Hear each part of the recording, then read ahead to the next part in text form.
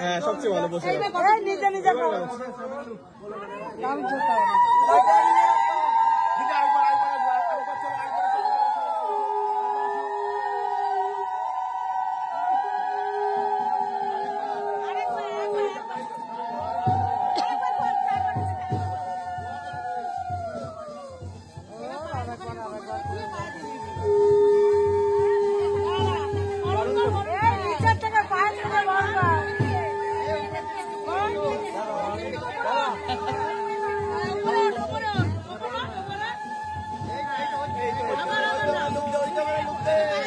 মাথা মাথা দিয়ে দে